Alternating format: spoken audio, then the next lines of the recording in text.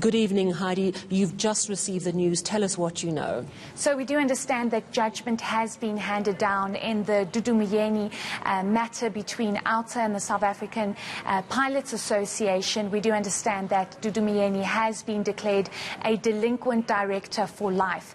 OUTA and the South African Pilots Association brought forward the case from about mid-2018, seeking to declare her a delinquent director.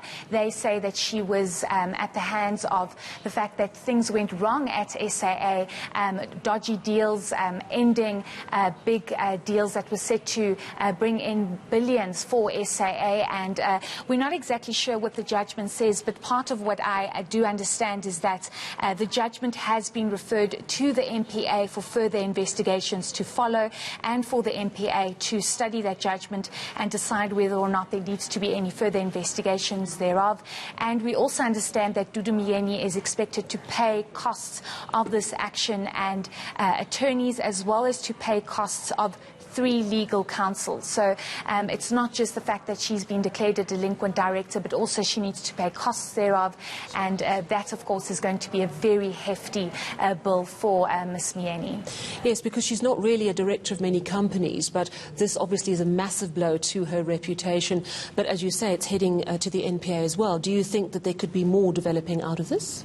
So we're not entirely sure. The NPA will of course have to investigate further and investigate what Judge Ronald Tolme, who heard this matter for almost 2 to 3 months in the Pretoria High Court. They will obviously have to investigate further. But just to perhaps emphasize what this actually means, Dudu Myeni is declared a delinquent director for life, which means that she cannot hold any directorship in any company for the rest of her life, and that obviously means she cannot get any director's fees. We do know that she is a director in a number of companies, so that will obviously have to come to an end, given the fact that she cannot be a director, and it's still very unclear whether or not she will appeal this judgment and what that status is. And of course, just remind us, one of the most damning indictments against her was testimony given alleging that she scuppered a deal that could have provided a strategic partner for SAA, which is exactly what they're looking for now.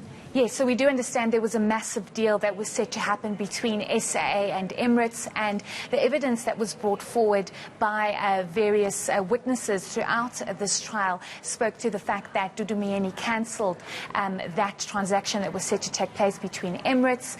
It was set to bring in billions for the airline, and at the very last hour, the witnesses that testified indicated that Ms. Myeni cancelled that, and it was an instruction by then President Jacob Zuma. This is, of course, evidence that was heard throughout that trial. So we do know that, the evidence that was brought forward, and this is probably on the basis of what the judgment also speaks to, is that that could have brought in billions for SAA, and that was stopped at the last hour with no proper reasoning as to why that was done.